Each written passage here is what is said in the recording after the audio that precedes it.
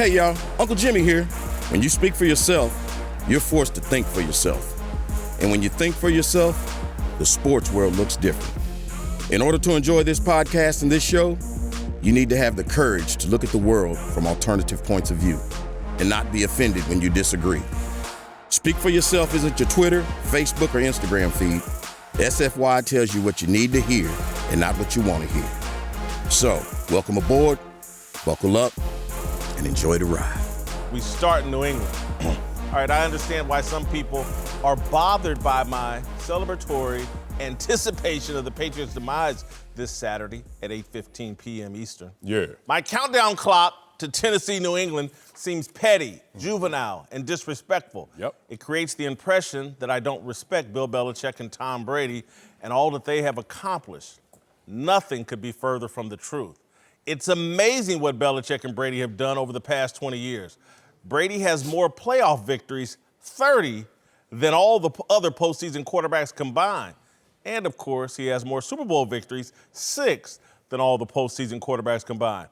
What Belichick and Brady have accomplished is quite possibly the most impressive feat we've ever seen in sports and all of the entertainment industry. For me, in my lifetime, the only thing comparable to the Patriots dynasty is the 12-year dynasty of the rap group Outkast. From 1994 to 2006, Outkast dropped 6 albums in 12 years, and all of them were Super Bowl winners. From Southern Playalistic Cadillac Music to Idlewild. From the Players Ball to Rosa Parks to Hey Ya! Belichick and Brady are the Andre 3000 and Big Boy of football. Fast Stacks. Difference is Dre and Big Boy knew when to say when. Idlewild wasn't on the same level as Speaker Box, The Love Below. Outkast won its 6 Super Bowls and has never created another album. We never got a chance to get tired of Outkast. Dre and Big Boy elevated Atlanta in the South and then left Ludacris, T.I., and Lil Wayne to carry the torch. Yeah. I have nothing but fond memories of Outkast. I wish we could go back to the days when rap music sounded Southern and playalistic rather than ratchet and mumbly. I'm sorry, Bill Belichick. I am for real. 20 years is just too long. I need a different football song. My point is, football is going to be better without Belichick and Brady at every other Super Bowl. There's a rap group in Kansas City called the Chiefs. They're led by Andy Reid and Patrick Mahomes. They need the Super Bowl spotlight.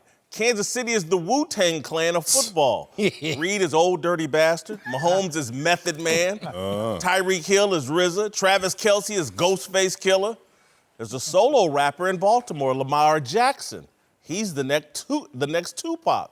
Deshaun Watson in Houston could be the next Biggie Smalls. Jimmy G out in San Francisco looks like the real Slim Shady. His coach, Kyle Shanahan, is the Dr. Dre of play calling. It's time for Belichick and Brady to go away. It's time for them to head to death row. Mike Vrabel, Ryan Tannehill, and Derrick Henry need to hang Belichick and Brady over the ledge of a balcony Saturday night until they agree to step away and let the young guys have their turn. Right. The NFL will be better without them. All right, joining the desk now are Fox Sports NFL analyst LeVar Arrington and Bucky Brooks. All right, Marcellus, I'm playing to your strength here. You know it. Love me some Outkast. Outkast. All right, with the end of the Belichick-Brady dynasty, be good for the NFL. I see why you were tugging at my heartstrings, trying to pull me to your side, but it's not going to work, big dog. This will be horrible for the NFL in terms of this dynasty disappearing. I'm not going to buy into the addition by subtraction mentality. Oh, take them away and let someone else step up. Hey, in sports, we don't let you step up. You take your opportunities. You take your position at the top. And the Patriots right now still the Super Bowl champions. So you're not tired of it? Oh, hell no. I'm a track fan. It's nothing better. When I was growing up, 9 years old, Carl Lewis walked out there stretching in them long sweats. Ooh, everybody else, run as hard as you can for second. And then all the way to you saying, but ooh, do what you can, you still gonna lose. It's nothing better than watching grown, highly motivated, trained athletes all fight for silver. And I love the fact that I'm watching this Patriots team go out there and win 6 Super Bowls. But let's not fool ourselves. They haven't won it every year. There was a 9-year drought. They didn't even win.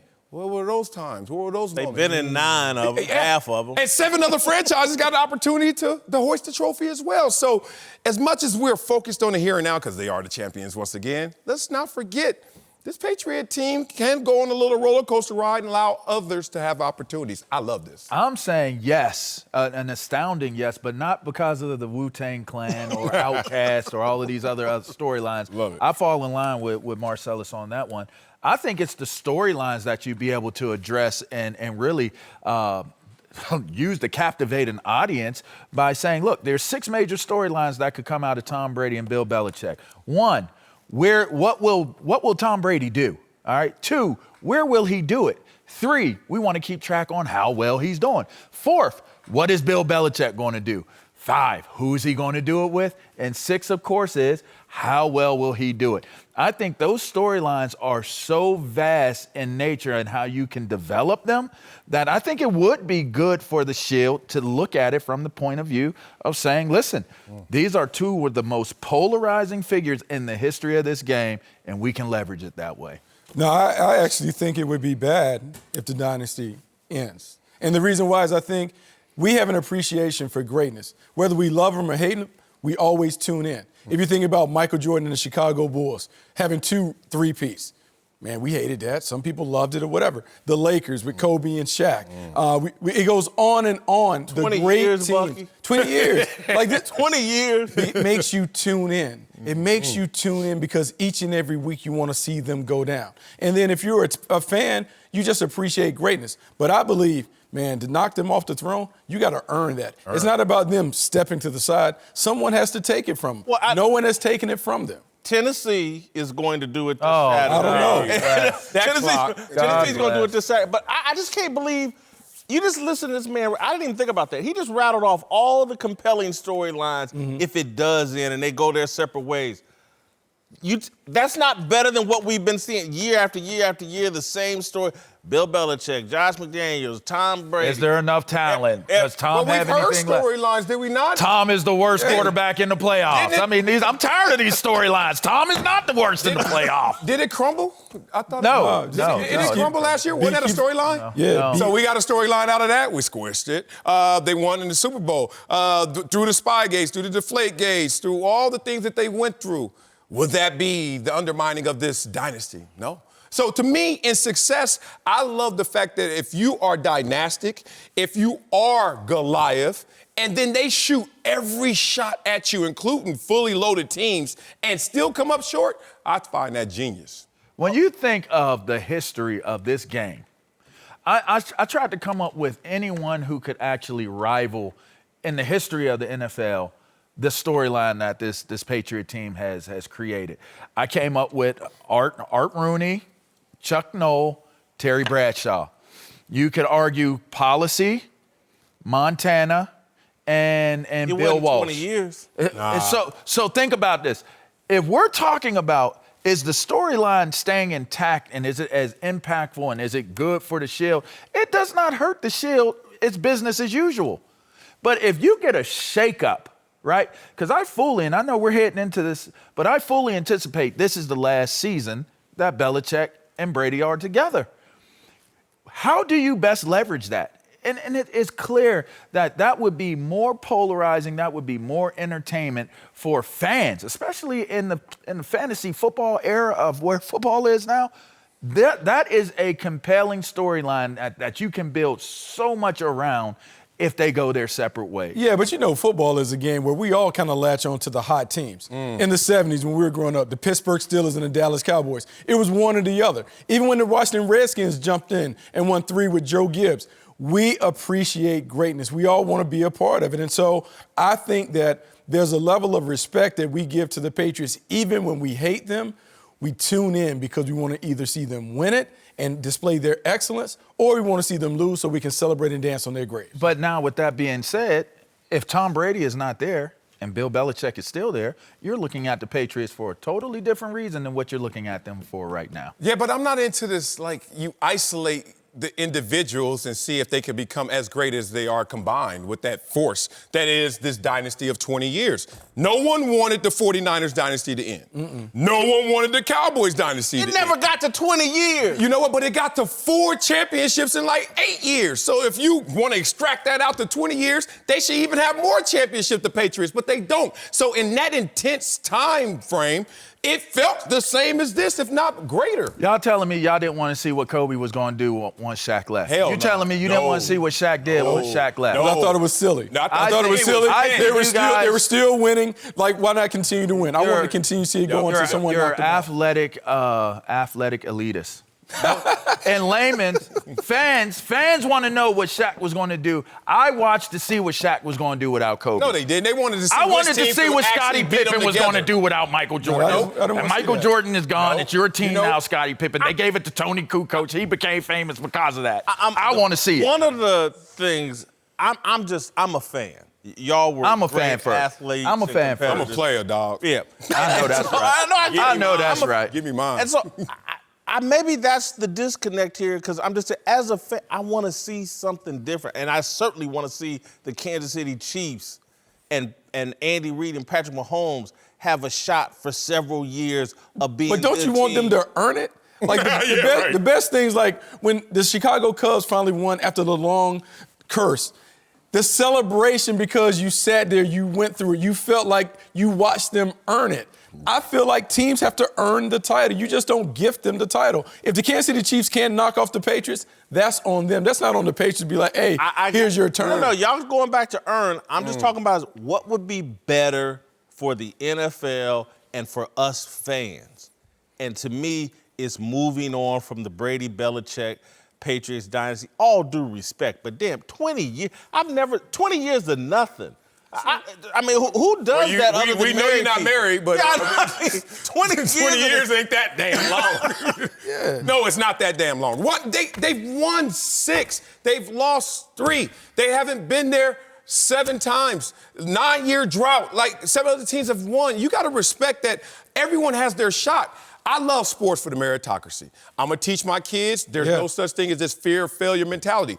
I love Outkast, Andre, Big Boy, Manager Blue. Had a discussion with them in the midst of, are they going to get back together? Come back together. I don't know. Are they going to break up? And the one thing that hurt my soul was the fact that there was a thought that what can we do that's greater than what we've already done? And guess what? That's a fear of failure mentality. Yep. Because you miss 100% of the shots you don't take. So I'm sitting there saying, I'd rather you go to the plate, strike out, than you sit there in the dugout talking about, nah, I'm good. I'm just going to sit on my Method laurels. Man with Redman and had a dynamic duo that could possibly rival what he did with the Wu-Tang. Don't do that. Don't do that. They ain't Listen, gonna rival it. And the reality here is Method Man knew it was time to move on and find a different partner. If you're telling me that was not one entertainment, album. that was not entertainment One enough album. even for that one album. I want to see what Tom Brady does. I want to see what Belichick do without one another. All right, if they lose on Saturday, Done. will the Belichick-Brady era be over? Oh, yeah, it's a wrap. It's a wrap no matter what. He doesn't even have the Jason Garrett mandate, which is win the Super Bowl and we'll keep you. Brady's gone. Yeah. He's too great to be without a contract in this situation right now. Just think about it. So, reading the tea leaves, it looks like Bill Belichick wanted his successor to be Jimmy G. He lost that. Kraft took that. And Kraft said, I'm also going to take care of Brady. And then concession, you know what Belichick said? All right, next one's mine.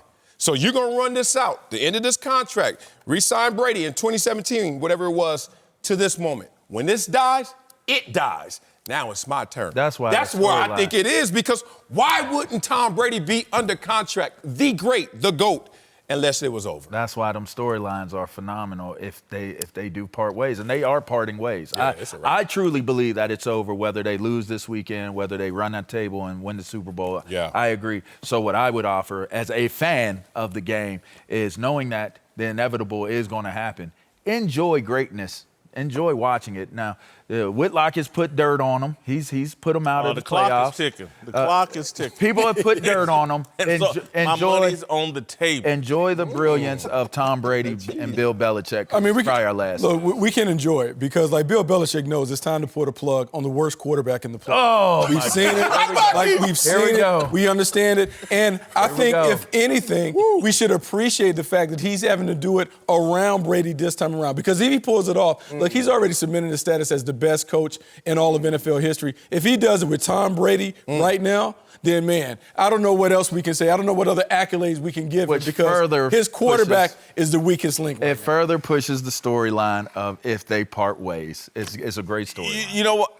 I really believe there's a chance that everybody scatters to the wind. That Belichick goes to the Giants, that Brady goes to the Chargers. And I got them season tickets. I'm good. Like, I ain't need 43-year-old Brady. Oh, you don't want to see Brady like you love him so. No, I don't. No.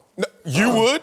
No, I'm not saying that. Okay, but I'm just saying. what? I just somehow you think Brady's and Belichick's the greatest thing in the world, but Brady coming to your team, you wouldn't want that. At this age, it's starting over. Like, look, I'm going to ride the momentum all the way through, but to start over and say, here's Tom Brady. How old is he again? 43. He's starting what? Where? I'm not buying into that just sizzle. Well, I should have, since we all agree that if they lose, it's over. But it sounds like y'all think even if they win, it's over. It's done. It's a done deal. If the guy wins the Super Bowl, how do you not? No, that's it. That's it. Floyd Mayweather. He can ride off now, to the sunset. will he go out on top or will he go somewhere else? It's a storyline. If she that fine, do you let her just hang out in them streets like that? You lock that down, don't you? This ain't locked down, bro. This ain't locked down. Hey, where you going? I'm going too. Do you think? He is out there in them streets right now, fighting for himself, knowing he ain't got a home. They have Tom Brady on a lame duck contract. Think about that. Let me ask this, and this wasn't prepared for, but just thinking that through.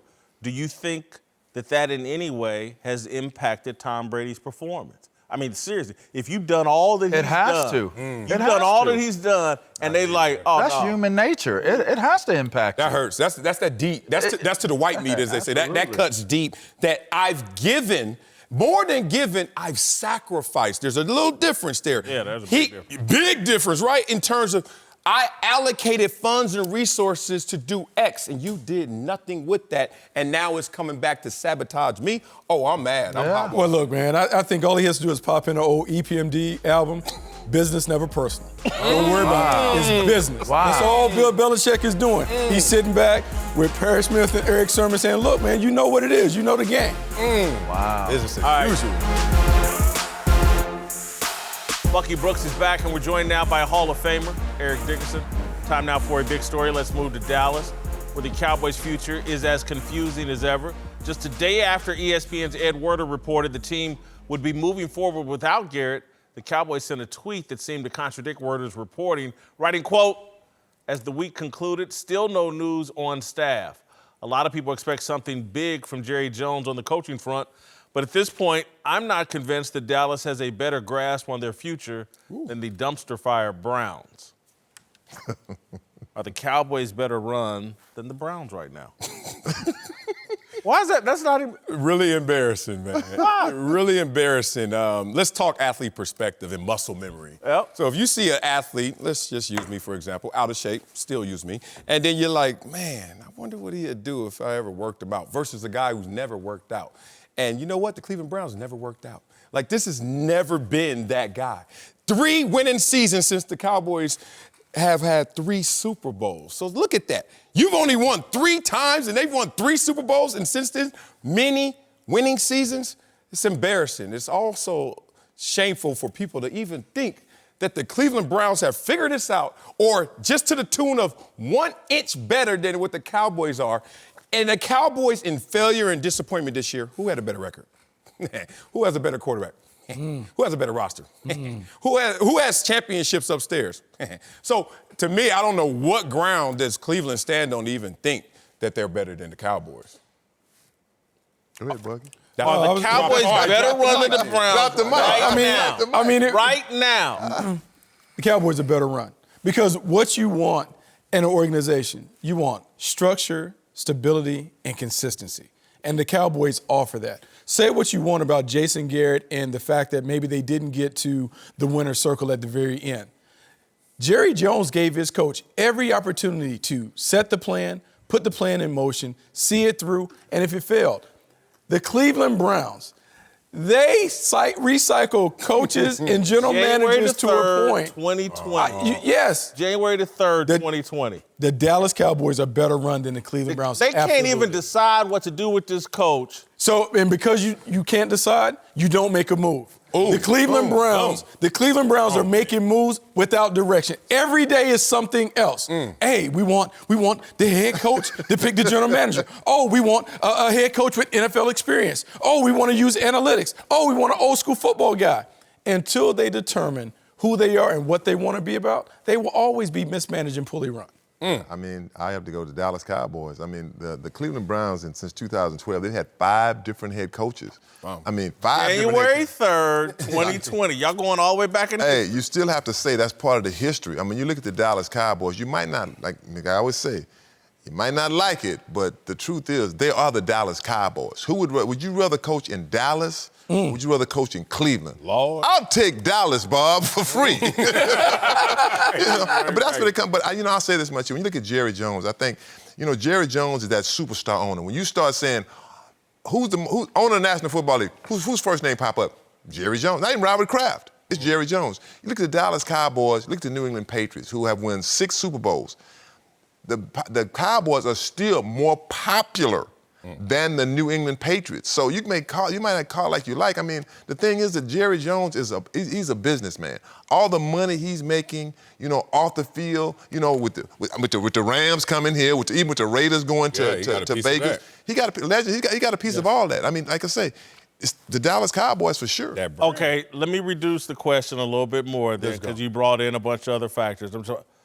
Who's going to make better football decisions on their next head coach, the Cowboys or the Cleveland Browns? And I just don't think you can pick a clear winner. They've looked at Jason Garrett for 9 years and can't make a decision. And I like Jerry Jones and defend him all the time, but 9 years of evidence and you can't make a decision on what you're going to do. And somehow this is acceptable. And those 9 years of one Jason Garrett was still more fruitful than 9 head coaches that the Cleveland Browns have rolled through there and no winning seasons. Let's talk about January 14th, because you keep saying January 3rd. You know what January 14th is? That's his contract. That's when the contract ends. Rent due. So guess what? Until then, I'm staying in this apartment, right? Why are we racing him out the door when his contract hasn't expired? Best indicator of future behavior? Past behavior. I'm trusted in the past behavior. Let me give y'all one other thing, because somehow we got a new standard here. This is what you should do. You should string your coach along for a week. And again, we always say, oh, this is the right thing to do and blah, blah, blah. It's a family thing. We're showing great respect. What about all the families and kids that are in limbo right now? And the anxiety, are we staying here? You got a job still to the 14th. Right. You gonna just leave the apartment because they know doing you ain't I'm got talking it? about assistant coaches, the whole staff. Well, everybody's in limbo. This is not being done professionally. I'm sorry. I actually like the way it's being done because here's what we want. Some people want change for the sake of change. I believe they should change if they can find better. I think what they have to do is survey what is out there. Are we guaranteed that if we select somebody and bring them in here, you're going to co-sign for it? I mean, if they bring them back, you're going to co-sign for it. I mean, I'll co-sign. Yes, I will co-sign on the line. I'll co-sign on it. I'll co-sign on it. If they bring him back, I'll co-sign on it. If they bring Garrett back, you're all good with it. Me? Oh, no, I don't know. Once he said me, you knew he wasn't good. Me? That would be crazy. Eric Dickerson? No. It would be crazy if they brought Garrett back. Well, they're not going to bring him back. But it's not How do you quick. know? I would take odds. I would take whatever you want on that. Bet. No, I mean, Thank you. You know, too. Yeah. They've won 3 division titles in the last 5 years. Thank you. 3 in the last 5 years. We can say all we want about like how they underperformed this year, and look, he's the king of 8-8. Perfect. Right. However, he has won in Dallas 3 of the last 5 years. If you bring him back, you're bringing him back with some stipulations like, here's what I need to see. I need to see more creativity on offense. I need to see a better Look defense. what this or question whatever. has done. What? It's made you start arguing they should bring Jason Garrett I'm not back. bringing him back, but if I got a cosign on it, I can talk myself into saying, here's why I can understand why they would bring him And back. that's how you know they're off in la-la land. No. Because Off in la-la land is what the Cleveland Browns are doing, paying 3 head coaches to not coach for them while looking for a 4th. That is crazy. Thank you. Hey, That's a hell of a point. I love it. He gave it up to you. We shouldn't mischaracterize the situation that is occurring in Dallas. One, no one's complaining. Them coaches are allowed to still go to facilities, use Jerry's phone and office to find their next landing spot, whatever that may be, versus just being out there and twiddling in the wind trying to figure out what's next. So Jerry's actually taking care of them, giving them opportunity to find what's next. I think it's a good situation. So, okay, let's remove the Browns from it because y'all not going to go there with Not it. at all, ever. You think this is being handled properly, professionally? The way Jerry Jones is going about this gives you confidence that they're going to get the right next head coach. Well, you never know if you're going to get the right guy. First of all, take your time. I mean, what's the rush? I mean, football ain't even over with yet. The regular season's over with. Football. Candidates get off the market. If you wanted Ron Rivera, he's gone. Ron Rivera was never on their. He was never on their list. No way. So it's like the guys that's gone. Like he wasn't on our list. We don't care about him. You know, they're going to take their time. Look, pretty much, I'd say any coach, even Bill Belichick. If Jerry Jones told Bill Belichick, look, come to the Dallas Cowboys, you can run everything. It's all yours. I guarantee he's like, I'm on my way. No, he's not. You know what he's going to do? I'm going to call Bill Parcells and be like, No. What did I just say? What did I just say? You can have everything. Jerry's never going to tell nobody he can have everything. But I'm just saying, he said you can general manager. What you say and what you do are two different things. Yeah, but I'm like, didn't I say? It's all right. Let's take. Let me give you the big word. Hypothetically, let's go with that. Hypothetically, but just because Jerry says it doesn't mean he's going to turn it over to Bill Belichick. It's like me. I have every intention of walking to my dressing room without stopping by that candy in the back room. I have those intentions. But you have walked by. You have walked by it before. I have. Thank you. There you go. It won't happen today. It's Friday. It's Friday. He about to go ham. I just don't like the way it's being run. Let's return to the NFL. The playoffs kick off tomorrow, and NFL.com just ranked all 12 starting quarterbacks in the postseason by trustworthiness. But in a field full of Super Bowl winners and former MVPs, the guy they rank first might surprise you. With Lamar Jackson coming out on top, followed by Patrick Mahomes and Drew Brees, with Aaron Rodgers and Tom Brady 5th and 7th. Is Lamar Jackson the most trustworthy quarterback in these playoffs? I would have to say yes, just by style of play. Obviously, he had a phenomenal year, which lends you to saying yes, but then you talk about the inexperience or lack of success last year, but then you got to remind yourself, man, his extra dimension in terms of it being able to play through any climate and any terrain because of his ability to run the football on top of being a premium passer in this league. So you just can't poke any holes in Lamar Jackson. And then you look at this team and their success against the playoff teams. They beat 5 of the other 11 playoff teams, so no one else even has that type of resume. And just look at this team and you say they're coming, and Lamar Jackson's going to be there no matter what the situation is. NFL.com? Yeah. That's their list? Yeah. Yeah. Oh. And I'm going to tell you why. You crumble up their list and you flick it away. You know why? Let me tell you why. When you're talking, pray for what? Listen to what I'm telling you. Oh, he about to do it. Listen to what I'm telling you. Back up, Bucky. We're looking at a situation where you're talking about trustworthiness of the player that's coming into it. How many wins does Lamar Jackson have in the playoffs? 0. I'm trying to understand something. How many does Mahomes have? 1. Okay, let's go down the line. 0. Okay. Everybody but Brady got 30. Now you get to Rodgers, you get to Brees, you get to Wilson. Here's what your list should look like. Brady should be number 1. That's so ridiculous. Number 2 should be dangerous Russell Wilson. Oh, hell. Number 3, A-Rod should be number 3, and I won't even go any further than Drew Brees at number 4 because it's not even where you could put all of these winless quarterbacks or the singular win quarterback, and you can put them wherever you want to put them. You're talking about who is trustworthy. You have to have a body of work to base trustworthy. If there's no body of work to base trustworthy, you cannot take a regular season record, you cannot take a regular season accolade and say this makes them trustworthy in the playoffs. I don't like it. Throw it away. Loving eyes can never see. Here we go. He's so in love with Tom Brady Here that we he go. can't see I do love Tom Tom Brady's Brady. flaws on full display. Look, Lamar Jackson, I don't trust, number one, just because last year we saw against the Chargers, you just worry about how is he going to step up on the big stage. The guy that I trust the most would be Aaron Rodgers. Okay. And the reason Aaron Rodgers is the one to be trusted is he still has enough talent to put the game on his shoulders, but he has a better team around him. So, look, the Green Bay Packers are built where, look, they can run it. Aaron Jones has shown that he can step up and put it on them. We got Devontae Adams on the outside. The defense is playing well, creating turnovers. And if they get in a jam, they always can lean on number 12. That is why I trust him the most. 9 playoff wins. He is the one that I trust the most going into the postseason. I don't have a problem with Yeah, that. I agree with Bucky's arguing about Lamar Jackson, and Lamar Jackson's had the best regular season I've ever seen from a quarterback. But he ain't done a damn thing in the postseason, so I'm sorry. He just can't be number one when you're talking about trustworthiness. Who's the best quarterback going into the playoffs? Lamar Jackson. That's fair. Is he the most trustworthy? No. The guy you can trust the most here, I'm sorry, Rodgers isn't bad, but I don't think he cracked my top 3. It's Drew Brees. It's Drew Brees. The man's on a run right now the last 4 or 5 games with his QB rating of like 137. Doesn't that sound like regular season?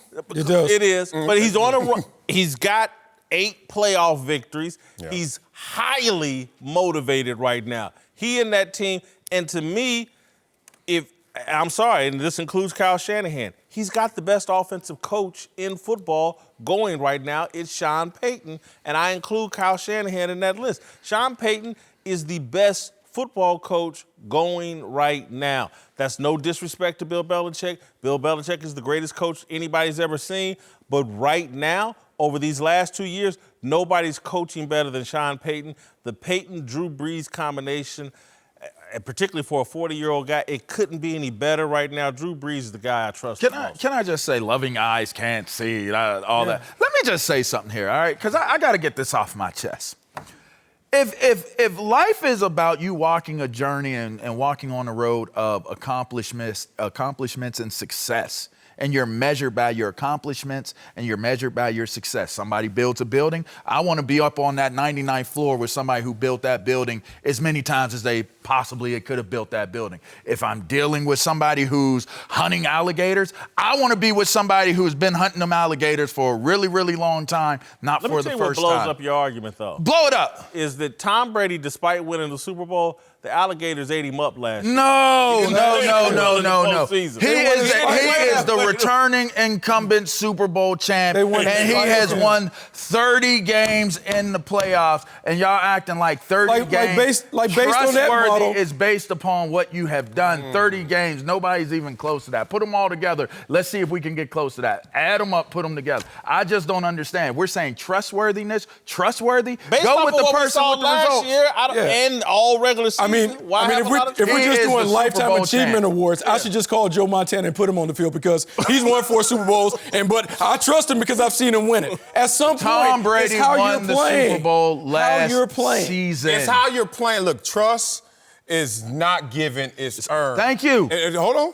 Tom Brady is. You don't have to agree with me any It's not further. about last year. It's about when Tom Brady first got his opportunity into the second year. No one trusted him going out there. How'd that turn out? Tom Brady proves that I am most trustworthy in these playoffs, winning the Super Bowl championship. That's correct. That is Lamar Jackson right now. You guys are throwing out names and people who are struggling in their own being. Aaron Rodgers is struggling by his standards. Trustworthy. Okay, trustworthy. Russell Wilson is struggling by his standards. And y'all saying all of a sudden they going to hit the switch. Well, you need 21 other guys to hit the switch with you. And Russell Wilson's defense giving up 25 points a game. Russ how's Wilson. that going to work out for Russell you? Wilson, trustworthy.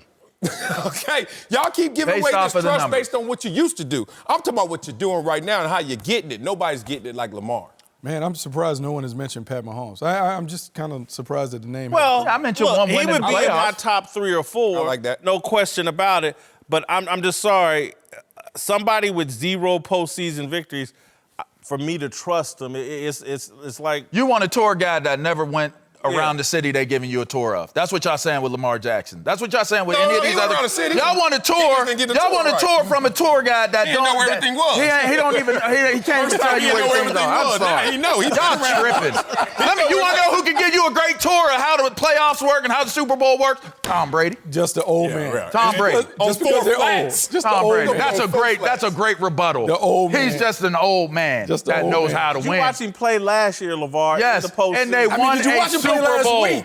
And they won a Super I'm Bowl. not asking you to go back far. Just go back What's 7 their days. record? Did you see him? What's Did their you see him record? against the Miami Dolphins? What's their He has record? the yips. Tell it's me their embarrassing record. watching him play right now. It's not Tell me their Lamar. record, It's not better than Brooks. Lamar's record. By one game. Oh, now we're going to do that. All it takes is one Y'all game. calling that old man? You put that long finger in my face, and now long finger one is only one game away from Lamar Jackson with 30 wins in the postseason. Y'all need to talk to me. Whitlock and Wiley, LeVar Arrington, and Eric Dickinson are back with us. Time now for Darnell's question of the day. All right, take it away, homeboy. Yes, sir. Let's move it to New Orleans. He already spread. Where the Saints host the Vikings Sunday afternoon on Fox. The last time these teams met in the playoffs, the Saints lost on the Minneapolis Miracle. And last year, we all remember New Orleans got bounced after that 9 call on pass interference against the Rams. But even still, Drew Brees says he's not using those losses as extra motivation. So I want to ask you guys, do you believe him? No. They are certainly using last year's motivation for this year. I think that's why they're playing so efficiently. That's why I believe they're real. They're the only real threat to the Baltimore Ravens. If the Ravens play their A game, New Orleans is the only team that I think can be competitive with them. And I think it's because they're so motivated from what happened last year. I believe Drew. Knowing Drew, saw him from day one, practice one, snap one. When he came in as a second rounder, and some people thought he should have felt slighted. Drew Brees didn't feel so slighted. He just said, look, I'm going to go about my work, be mechanical, be maniacal in his approach, and really laser focused. He's always been that way, to the tune of when he tore off his shoulder, damn near off his torso, he came back with that same resolve. This is one of those guys that just, knowing his mindset, he stays even keel, even though he gives of himself to his teammates, to his emotions. He still has that Kawhi Leonard kind of focus in him. And you've seen him, we've seen all of the footage of him going out there and doing the mental reps. This is who Drew Brees is. That's why he's climbed to the top, and some consider as one of the GOATs. I'll take it. I'm going to say yes, I do buy what he's saying, and it's very simple. He has way more motivation than those 2 losses. I mean, you're talking about a guy who has so many records and is in the record book for accomplishing so much, but yet is still fighting to build what could be a lasting legacy of being one of the greatest quarterbacks to ever play the game. Now, that's on high level. You want to go low level? Let's go low level. This man went out with an injury this year. Did they skip one beat? Nope. One tick? Nope. One talk? I didn't see it. Guy by the name of Teddy Bridgewater comes in, keeps the battleship moving. Matter of fact, didn't even give up an L, I do believe. So this man is not only fighting and motivated to solidify his legacy, he's fighting for his job, too. I mean, keep it real. I agree. I mean, I think that when you think about Drew Brees, you think about a guy that can just do it. I mean, and he does it at a high level. When I look at the Saints, and you said it best. You took my line too. I was thinking I'm about sorry. that. That's all right. Teddy Bridgewater. You know, he came in and they didn't miss a beat. And I'm with you. I think that he feels like I've got to play well. Now, is he worried about what happened last year or what happened with the Rams or the year before? I think not. I think, hey, it's before you right now. Now, if they were playing the Rams right now, Now that might be different. that would be different. He would be very much motivated. I want to come back and get them. Now, I look at the city of New Orleans. Let's take New Orleans, the city. This is the only city that would not watch the Super Bowl because they felt that they got cheated. We're going to watch the Super Bowl. We won. So I think that Drew Brees is like, hey, you know, we want to take care of our business and we're going to go out and do what we do. Okay, I think y'all right in terms he has other motivations and some of these things you're talking about may be a bit of a higher priority, but you can't tell me after the season they had last year that went so well and then to have it change in that instance didn't make Drew Brees and the entire team realize just how precious these moments are and they can be taken away from you at any time. maybe it's not for Drew Brees personally, but for that entire team, I just think it's an easy sales pitch for Sean Payton and Drew Brees as a leader of that team. Guys, we have to take advantage of every moment. You remember what happened to us last year. It can be taken away in an instant. These things aren't guaranteed. Maybe it's not impacting Drew Brees. I certainly think it's impacting the team. He's talked about that, and it's interesting if you look at his game as a microcosm of who he is as a person, his personality, his character. He's so efficient when he's out there. You were saying how consistent he is. Efficient, setting records in efficiency. You don't do that when you're distracted. You don't do that when you're over there looking at other things. And this whole extra motivation, I had coaches used to always say, we don't need no extra credit, no extra reps, because if you're going to do more one day, guess what you're going to do another day? Less. So everybody gets caught up in that extra stuff. He's like, I'm going to do me. I'm going to do 100% Drew Brees, and that's what's gotten him to the top of this mountain. Here's what I'm going to say to your point. If I'm a player, if I'm a coach, now that as a coach, if we lost the game, if we lost in the playoffs the way that this team has lost, am I using that as a focal point to say, pay attention to the details like you said? Absolutely I am. Yeah. You don't want to leave. But here's the thing. You missed the Super Bowl by a bad call, arguably. Now, I don't know what happens after, but you missed the Super Bowl perceivably by the bad call. You don't want to leave the game to come down to one play. Let's not let this game come down to one play where if a referee by human error misses the call, that it costs us our trip. Is that motivation? It absolutely is motivation. Let's go take these games. Let's go out here and let's take the games. So if we're using it as motivation that way, as a player, as a coach, I can 100% buy into that. I look at this team as like a street fighter. You know, you think about the Seattle Seahawks when they had a chance to have a dynasty. And that one play on the goal line changed everything. But not running the football, throwing the interception. That could have, the Patriots would have lost 3 Super Bowls in a row. So that we'd be talking totally different about the Patriots. All of a sudden, that team in Seattle, it fell apart. They seemed to could never, ever get over it. This New Orleans Saints team, they got beat Minnesota. They got beat in New Orleans on a so-called bad call. It was a bad call. It was a bad call. Horrible call. A non-call. Y'all were horrible representatives. But you know what? But it didn't let them define them as a team. Because they could have said, you know what? We give up. Let's just break this team up. You know, it ain't working. Let's get the quarterback out of here. You know, it ain't working. But they never did. All right, Darnell, is there a Super 6 for the Vikings Saints this weekend? Yes, it is. And before the game kicks off, be sure to download the Fox Sports Super 6 app and play for free for your chance to win Terry Bradshaw's $25,000. Whitlock Marcellus, we're going to switch it up a little bit. The question for this game is, how many total passing touchdowns will Drew Brees and Kirk Cousins combine for? I'm going 6, 4 and 2. 4 for Brees, 2 for Cousins. It's like a primetime game. Kirk Cousins is playing. I say 4, man. It ain't going to be that. I say 4. I love you, Kirk. Joined again by LeVar Arrington and Eric Dixon. Time now for the most fearless discussion of the day. All right, the Dallas Cowboys have yet to officially fire lame duck head coach Jason Garrett. ESPN's Ed Werder reported the Cowboys are expected to do it soon, but Werder says the Cowboys are handling Garrett with, quote, an abundance of care and respect. Other reporters have characterized owner Jerry Jones' relationship with Garrett as fatherly. As a player and a coach, Garrett has worked for the organization for 20 years. Jones' relationship with Garrett is improper. Jerry needs to treat Dallas's next head coach like a valued employee rather than an adopted family member. Family's great, but when running a business, employees are generally far superior to family. You keep your enemies close, you keep your employees at a safe distance. That distance serves the employee and the employer.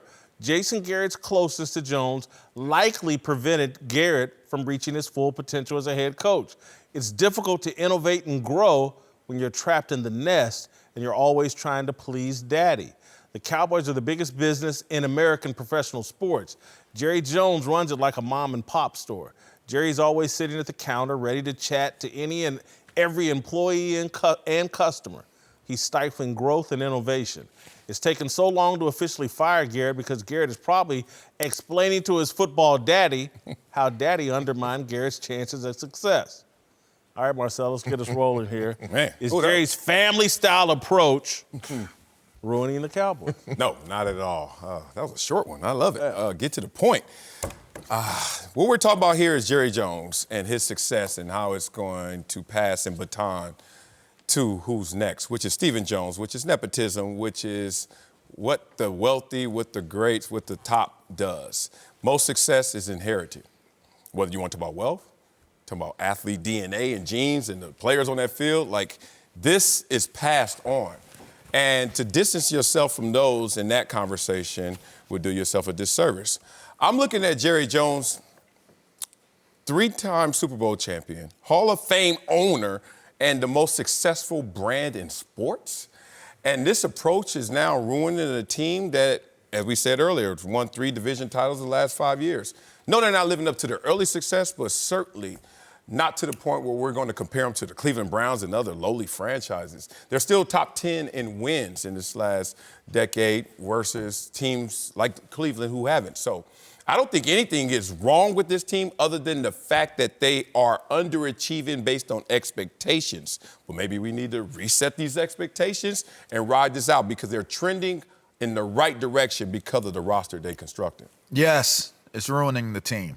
It's ruining the team because with his nepotism, he has not defined where the lines are supposed to be correctly. When those lines are blurred or not existed at all, non-existing at all, now you're talking about running rampant. Nepotism is running rampant. So if you have a guy who, I use the example, my oldest daughter, if as the dad, because as the dad, you want to always impress and learn from the dad. There's nothing wrong with that, even if it's a player and we're looking at employees. The problem that happens is when you have an authoritative figure as the dad that puts that authoritative figure in place through nepotism, if you don't see the value in them being that authoritative figure, there's where your ultimate problems will lie. All right? I leave my daughter in charge. If she says to the rest of them, do this, clean the house, do that because dad said to do it, and they say, no, I'm not going to do it. Yes, you are. As an authoritative figure, that authority should be done. It should be executed in an orderly fashion of what the parameters call for. If not, there should be repercussions and consequences to let you know and reinforce as the dad that you're supposed to do what this authoritative figure in my place is doing. All right. Now, if they're calling, hey, dad, they said to do this, don't do it. All right. Whatever. Okay. If you start to create that narrative where you can call your dad and say, you know what? I don't want to do it. The authoritative figure told me to do it and I'm not doing it. All right. Then now, just as y'all laughing, you have a mess in your house. Long road to get I don't think it was a long road at all. Shoot, I ran out of gas. I forgot what I was going to say. I'm sorry. But I get your point. All I heard was dad. Nepotism has to have boundaries. And all I said, you better get your ass and do what I tell you to do. Look, I'll say this here. Millionaires don't like to be wrong. Billionaires really don't want to be wrong. Jerry Jones has groomed Jason Garrett all these years. He used to be, as a backup quarterback, he was in the coaches' meeting as a backup quarterback. He wanted to be a head coach. He told me he wanted to be a head coach. Yeah. Jerry has groomed him all these years for that job. I mean, at one point, he was paying Jason Garrett more than he was paying his head coach. Now, how you pull that off? So that goes to show you it's favoritism. Jerry does not want to be wrong. I hate to say that. That's the whole thing. That's how parents are about their kids. Yes, right. Hey, I don't want to be wrong. And parents not always right, but most of the time they are. But the big thing here is he doesn't want to be wrong. Where's the authority, though? But again, to me, he's crippling. You can give people crutches and cripple them. Yes. And make it so they can never walk. And so I agree with you that the players see a way to get around Jason Garrett or whoever the authority figure is because they can always go to daddy. But also by Jerry constantly being involved and never backing off and delegating in true fashion to his son, his real son, Stephen Jones, or this adopted son, Jason Garrett. He's always in the mix. Everybody's always trying to please Jerry. That's no way for grown men to really blossom as full-blown leaders with this old 77-year-old guy that everybody's running around trying to please and make happy. Sometimes you got to take a step away and let your coaches coach and have the final say-so, and your general manager have the final say-so. Jerry, he's running this like my dad ran the Masterpiece Lounge. And that's great at the Masterpiece Lounge. Let me and my brother Jim come in and do whatever the hell we want to do. I love it. But I like the name. That's not how you run a football team. Well, it depends on how you're defining success. Let's be respectful to what Jerry's ultimate goal is. One of them he's accomplished in terms of 3 championships. One of them he's accomplished in terms of richest brand, richest team in sports. So the way he's running it is actually uber successful. Now let's talk about what culture he's created to the point of, is that going to continue to lend itself to on the field success? We all know culture is nothing but just choices, thoughts, and beliefs, intersubjectively connected. We're all just thinking the same thing, so it's our truth or it's all our collective lie, whatever it is. But if daddy, as you would say, is the one out there lying, guess what the culture is? Following daddy's footsteps. So what Jerry is doing may not end up in a Super Bowl opportunity or championship. Like 30 other teams every single year, except the one that wins. He ain't good with that. Troy Aikman ain't good Troy with Aikman got his. Jerry got his. They keep telling you they ain't happy, but they keep doing the same thing that keeps lending themselves to the brand. But we're talking about the franchise. Is it ruining the Cowboys? I don't see where you're saying there's the success. Where's the success? They're not. The ultimate goal is to win championships. Stop that ultimate goal. That is. If we're talking about the Cowboys, Cowboys. Hold on. You think that this brand is bigger than the Yankees, it's bigger than the Lakers, and you're talking about he's not winning, or that's not his ultimate goal? So, again, is he ruining the Cowboys? Not is he generating money, is the brand generating money? Okay, I get that, it's but are the Cowboys... than ever. Are the Cowboys winning? Okay, then look. Is he ruining the Cowboys' chance of winning the Super Bowl? That's how I interpreted the question. That's how I interpreted the question. Because you're right in what you're saying. But I'm saying, if we're talking about wins and losses, he is ruining them. So in the last 20 years, we got 8 teams that have won. 24 teams have not won a Super Bowl championship. Not all of them have been the #1 franchise in sports, generating more money and with an owner who seems hell-bent on trying to prove he can win one without Jimmy Johnson, and he can't do it because he's undermining anybody he puts in a position of authority because he treats them all like they're the kids. Well, Jerry Jones bought that franchise in 1989. I think in the first 5 years, he won 3 Super Bowls. So I'm sure at one point he said, anybody can do this. It's easy. And I think now he's finding out how hard it is to win Super Bowls, but still, when you're making money, they're making a lot of money. And if they wasn't, the Cowboys wasn't up here, if the Cowboys was in the middle of the road, nobody was talking about them, I think it'd be different. But like I said earlier, when you talk about owners, who's the first? You say NFL owners. Who's the first name comes up? Jerry Jones. Jerry Jones. And nobody's even close. And you know what's happened? He's turned into the modern-day Al Davis. I say he's like an Al. He's like an Al. I was gonna say that. He's almost like an Al. Like an Al Davis type. You know, It's like you have to let go after a while. And Al Davis was great back in the day, and he's a big factor in the NFL and the AFL and all that. But the latter version of Al Davis was problematic. Well, hold on. We always talk about the NFL being nothing but a TV show. And the ratings drives our interest and it shows our interest. But to an owner, quietly, privately, they can't sell this to their fan base. They're interested in the revenue as well. So you got to act. Look, I'm overt and outward with my fascination with playing my best to get the most. All this Super Bowl stuff had to connect with me, but it was in the pursuit of getting my skills on display to get proper value. Jerry Jones has done that, and he has 3 rings to sit there and say. But that's still different as an owner versus a player. And I'll say this: I think because an owner has way more to worry about than Marcellus Wiley. But how does an owner even display that he's a part of a franchise? Checks, money, monetary. Right, but that franchise that's his asset. That's you're an employee of it. That's that owner's asset. He's more It's a different popular and approach. famous than the team that wins every single year. It's fair. If the team was losing, let's just say the team was losing $80 million a year, but you was winning the Super Bowl, at the point, you might say, hey, look, we don't forget these Super Bowls. We need to start making that money. That's what it come about that. We need to make that money. Coming up, LeVar Arrington and Bucky Brooks are back with us.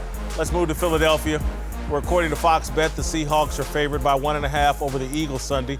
Russell Wilson carried Seattle to the postseason this year, but he struggled in the playoffs in recent season and has actually not won a playoff game since the Legion of Boom broke up. All right, the question here is, does Wilson need to prove he can win without the Legion of Boom? It's getting there, yeah. I would have to say yes, because there was a choice made. It almost was juxtaposed, like Legion of Boom or Russell Wilson, to the tune of it played out in the Super Bowl while we're watching there on the goal line. Like, this franchise is in the hands of Russell Wilson. We all know what happened on that night. So now you fast forward to this moment, no playoff success with the Russell Wilson, highest paid quarterback, highest paid player in the league. That could easily turn into empty calories in terms of regular season success, MVP candidate. But what comes from that? What materializes? So, Russell, it's going to get louder if you don't Tell go you out what's there and make interesting some noise. about your point. Earl Thomas is on the best team in the AFC, and Richard Sherman's on the best team in the NFC. Some would argue. Well, they always say that a Super Bowl caliber team has to have that free safety that can play the game the way that a Earl Thomas would play the game. I don't see there being anything wrong with that correlation. When I look at this question, I absolutely think that he's fighting to solidify what his identity is as what he represents to the game of football as well as his team. We're talking about, can he do it without the Legion of Boom? But just to add on to what Marcellus said, can he do it without beast mode? They got beast mode now. Our hangover from the last Super Bowl, again, and the lasting image is you had a defining moment and it could have either gone into the hands of beast mode or it was in the hand of Russell Wilson. We know how it played out. Russell Wilson throws an interception, and they lose or was it an interception? Yeah, he threw it to Malcolm Butler. So the reality here for him is to have a very successful playoff run sets the stage. I don't think he has to win the Super Bowl, but I do think he has to have a successful run. Get a win. No, at some point he has to step up. He has to win. I'm saying it has to happen this year because of all the things that you allude to. Earl Thomas going to Baltimore, Richard Sherman having success in San Francisco. The Seattle Seahawks made a decision to move on from those guys because they wanted Russell Wilson to have a voice in the locker room. As long as those guys were in the locker room, he couldn't be the leader because they would drown him out. So now he's had it for 2 years. It's time for him to step up. Also, paying $35 million, when you pay $35 million for the quarterback, $35 million you thing. expect him to maybe make it happen. At some point, it's time for him to make it happen, regardless of what's going on around him. Then a Dak Prescott, Dak Prescott doesn't have his $35 million. When he gets that, then it's on him. But listen, no, Russell Wilson has nothing to prove. He's won a Super Bowl. What are you talking about? He's been to another. He won because of those other guys. Uh-oh. So did Tom Brady early in his career. And he kept And then he won. And then he won. But he got to be provided to all the other pieces. And to me, What we paying him for then? And to me, Russell Wilson's proven beyond a shadow of a doubt he's a franchise NFL quarterback worth every dime he gets paid. He has not, it would be nice. I think it wouldn't be a good look if he loses to this ravaged and beat up Eagles team, but I don't think it diminishes Russell Wilson. Don't forget he had pieces like last year, #1 rushing attack. How did that go? Anybody? Dallas? Yeah. So like you got to look at this from where he's feeling the pressure, the heat. Once you get up there in that pay scale and that high class and net worth, we don't want to hear it. Like, I don't want to hear about the pieces. I don't want to hear about the roster construction. You're supposed to overcome those obstacles because you are in spite of. So Russell right now, I think he's feeling the fire. Listen, I think all of that would be true if he weren't sitting on a Super Bowl ring, a second Super Bowl appearance. I would get But we're basing that off of the Legion of Boom. Legion of Boom did that for him. No. They did that for He was Kobe the Shaq. quarterback of that team. But the Legion of They Boom. did that Remember when for Kobe him. started counting them rings? Because he was Yeah. like, finally the monkey off my back. Steve Young's, I'm about, finally the monkey off my back. He needs to get that monkey off Jerry his back. took that. Was that Jerry that took it off of Steve? Right. Give me that. That is a monkey on his back. Shaq The Legion of Boom was not Shaquille O'Neal. Yes, they were. Oh. Yes, they were. Shaq was the Finals MVP. Whoa, the every time. defense. The defense. That's what I'm saying. Yeah, The they Legion were. of Boom ain't on the same level as Shaq. Yes, they are. What The I'm defense saying, held no, that they Super not. Bowl. For that Shaq was a force of nature. Y'all need So to was the stop. Legion of Boom. Coming up, The Legion of Boom. Uncle Jimmy's here to tell us, talk about our approval ratings. For who is our approval rating today? On me, I'm sorry. You don't know? Who's the big dummy of the day? You know Oh. that you are? Hey, man, did I hear you say that Jerry Jones was wrong for hiring family members? Yeah. Uncle Jimmy? Nephew Darnell? I mean, this dude. I mean, am I going to get fired or what? You haven't changed your thought? How come you ain't got a shirt on, bro? Don't worry about it. I'll show you. I can show you better than I can tell you. Come on with this. All right, let's talk Patriots. I've been predicting the end of the Patriots dynasty all week with my countdown clock. I have bet against the Patriots many times, even when I promised I never would again, and I'm damn sure betting against them this weekend. Cannot wait. Marcellus, you think the Patriots put a clown suit on me? Uh-huh. Yep. Get that double X out. Well, it's the holidays, so triple X out. Get it out. Look, Tannehill's 0-6 in Foxborough. And this team has won 2 games against winning teams, and one of them was the JV squad of Houston in Week 17. They are going to get beat down, and Tom Brady, the GOAT, shines again. Oh, I'm going to make so much money this weekend. Uncle Jimmy, Build a casino, that's what you're going to do. you have any thoughts on this? I have a theory. Are you trying to be Andre 3000? That's what he's doing. Is that what you're doing? Anyway, go ahead, man. What's your thoughts? Look here, man. I'm going to tell you something. I done had all of this New England Patriots mess can take from you all week long, and I'm sick of it. Now, I hate to be the one to admit it, but the New England Patriots is going to win this weekend. And once again, you're going to find yourself crying in your Casa de Anus and truffle chicken. Casa Dragonis. Wishing that you hadn't bet against Tom Brady on his last game. But now, I'm going to tell you something. Now, your little outcast analogy. Yeah. Now, that kind of inspired my motif for the day. Now, let me say something to you that you will never be able to say in your life. What?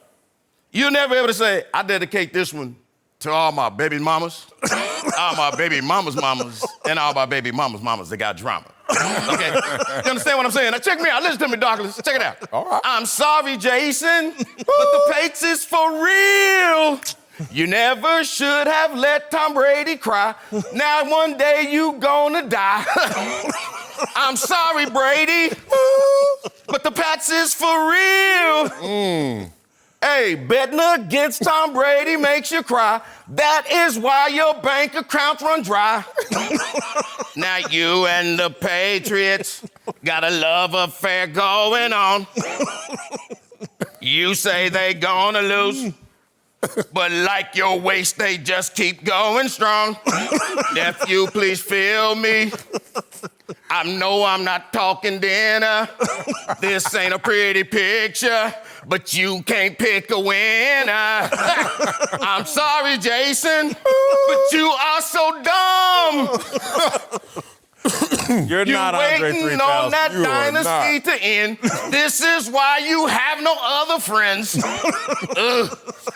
I'm sorry, Jason. You is so dumb. No rhythm. None. Andre, leave it alone. No wonder Leave you it alone. retired, Dre. No wonder you retired. You need to go back to. You need to go back to your era. Bill Withers, that kind of stuff, man. Are you hating on me, man? You ain't got no Dre in you, brother. You're not Andre 3000.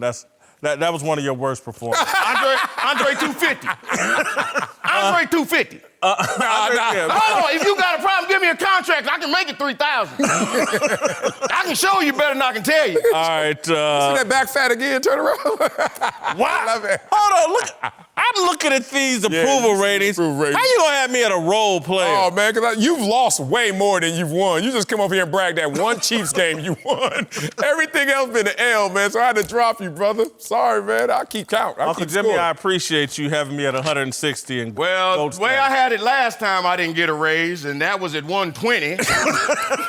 I go up to 160. Sure enough, by next time this year, I should have some money. And maybe I'll give you a better performance. Damn, the internet really trashed me. I'm a dumpster fire, 34.8%. You're polarizing. No, those are self-inflicted injuries, I'm nephew. gonna tell you what. Check me out when I cash this weekend. Patriots going I'm down. so sorry, Jason. 24 hours. Pat.